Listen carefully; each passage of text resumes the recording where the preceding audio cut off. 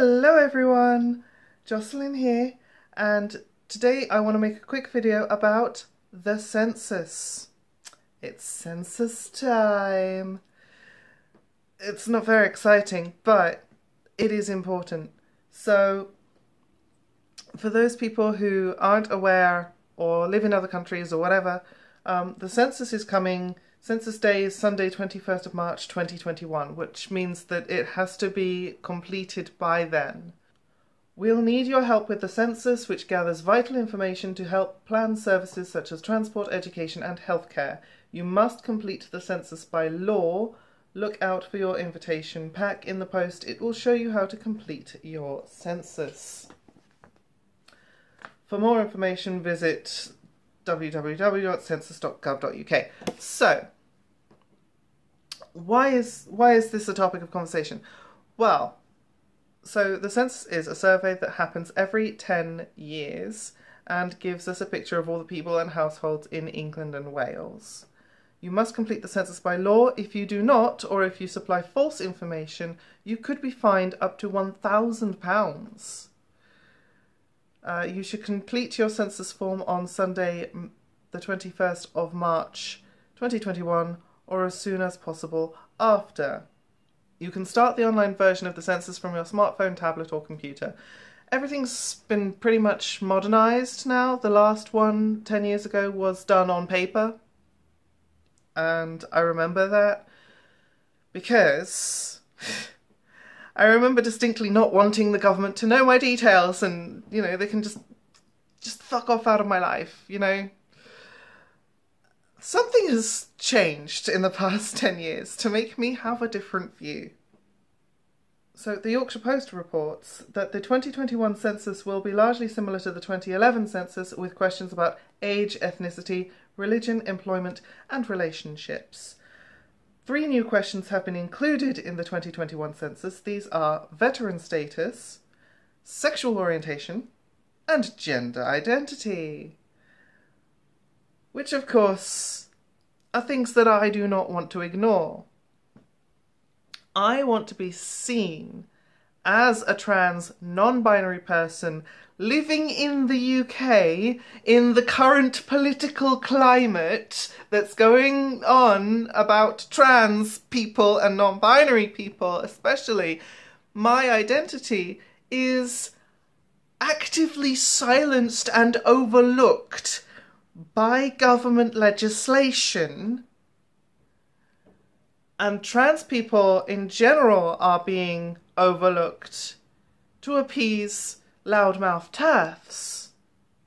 The results from the statistics of that will be pretty telling, and hopefully they will realise that yes, in fact, they do have to listen to us when we tell them what we want.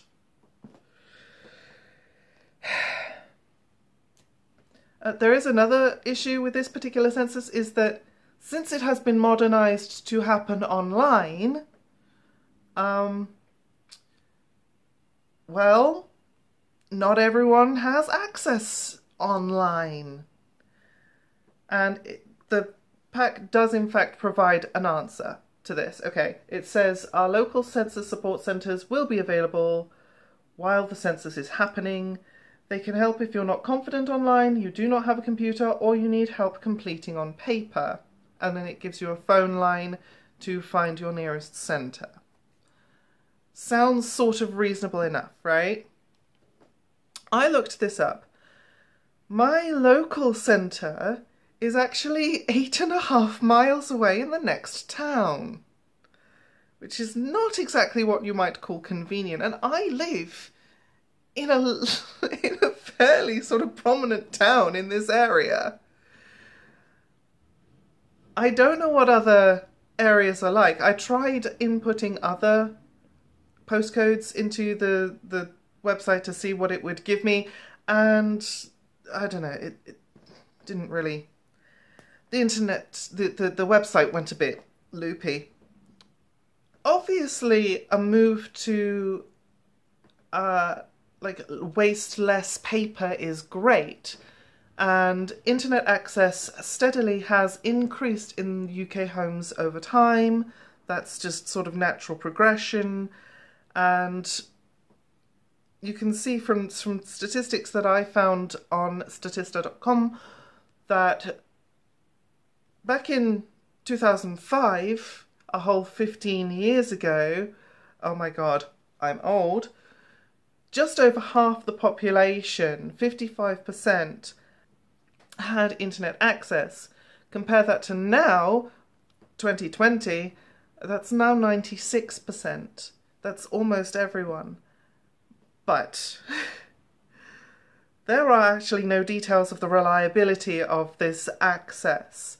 Back, when I was living in Bridgewater, I didn't have internet at home, but I used the public library.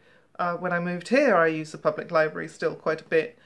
And that is access. That still technically counts as internet access, but it's hardly what you might call reliable.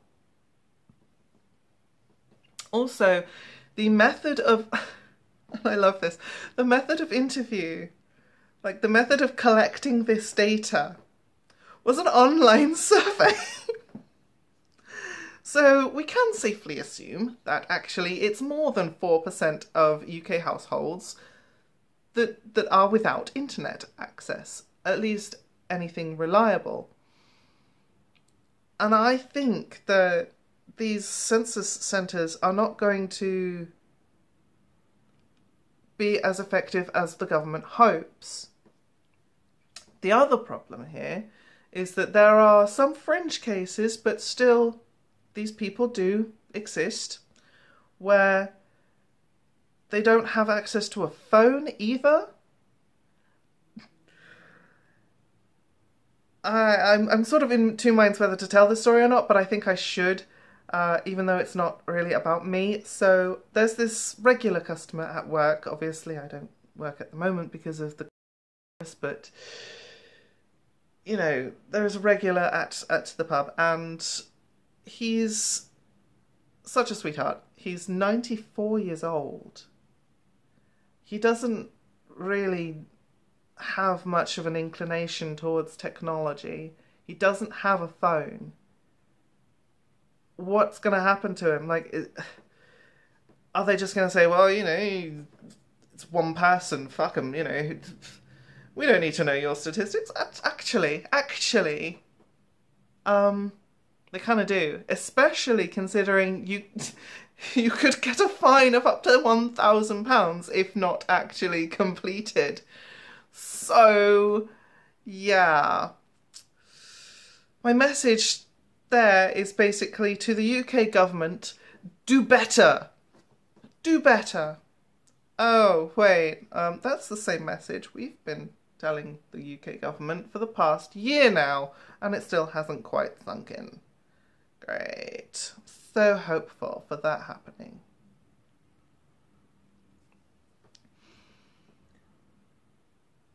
Anyway, that's all for me for this time. Yeah. I guess I better go fill in my census online before I get, fined and stuff. Great. Until next time, non-binary is valid, no matter what the UK government says. Bye. So,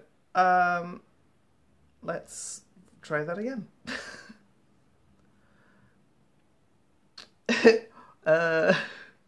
Brain.